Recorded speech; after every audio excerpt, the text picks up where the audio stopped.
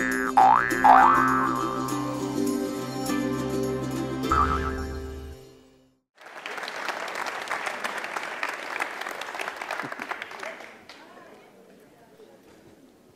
everybody, I'm Mike, and this is my good friend and collaborator Ed, and we have a third good friend and collaborator, Marina. She's up there. Everybody wave, Marina. There she is. There you are. And we're here to tell you about our project, Augmented Asbury Park. Now, if you reach into your swag bag, you will be able to find this. Try really, really hard not to get distracted by the Rubik's Cube, okay? They had to show us up, right? You know, right?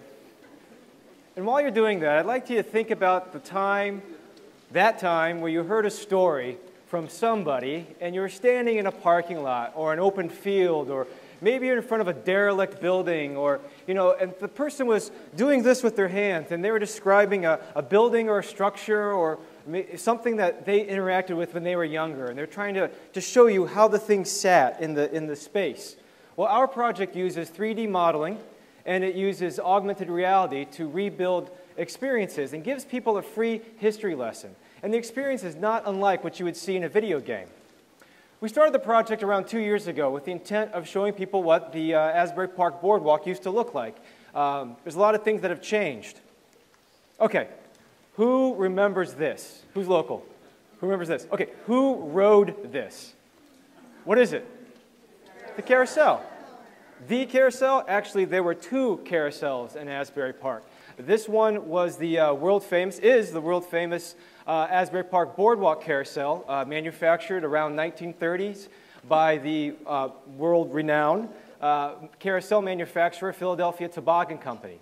And it was right next door to another one manufactured by the Loaf Corporation. This is what the building looks like now. The carousel is no longer there, but the building is alive and well. In fact, a lot of things that were once on the boardwalk in Asbury Park are no longer there. As I said, it's alive and well. In 1990, the carousel in its entirety was purchased by Family Kingdom, which is an amusement park in Myrtle Beach, South Carolina.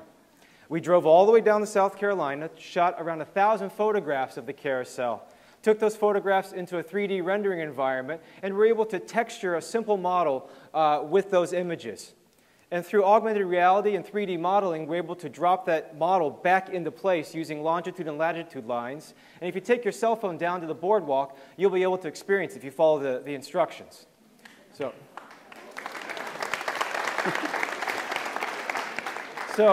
we've actually prepared a very similar experience for you today, and Ed's going to walk you through that right now. Absolutely. So what drove us to using augmented reality for this project is that we wanted everyone to be able to spatially interact with the content on their own devices. Augmented reality allows the users of a smartphone or tablet to see a three-dimensional image on their camera screens. It enables those users, you guys out there, to physically move your devices around and see that content overlaid on top of your real-time experience. This can occur on a flat image called a marker, which is what we're using today, or it can exist out in the open at a specific geographic location. We're using both options. As Mike just pointed out, you can go down to the boardwalk and experience these on site.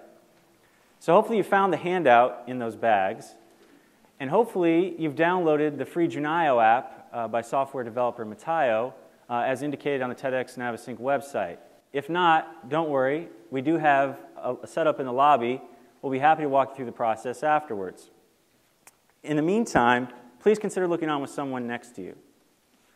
So, if you do have the handout, what you can do here is go ahead, and if you do have the app, go ahead and open it on your phone. Okay? So again, please just look on with someone else if you don't have it. In fact, you can see the video here. You'll need to tap that scan button in the top right in order to be able to scan the QR code on the back. Okay? You can also find the QR code on the inside flap.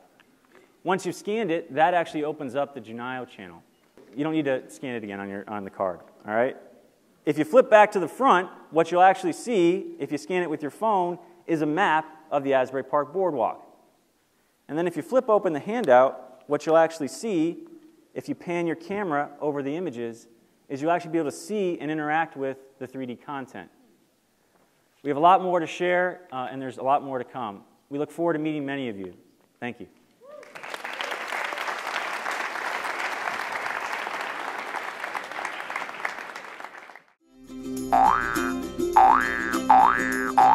Bye.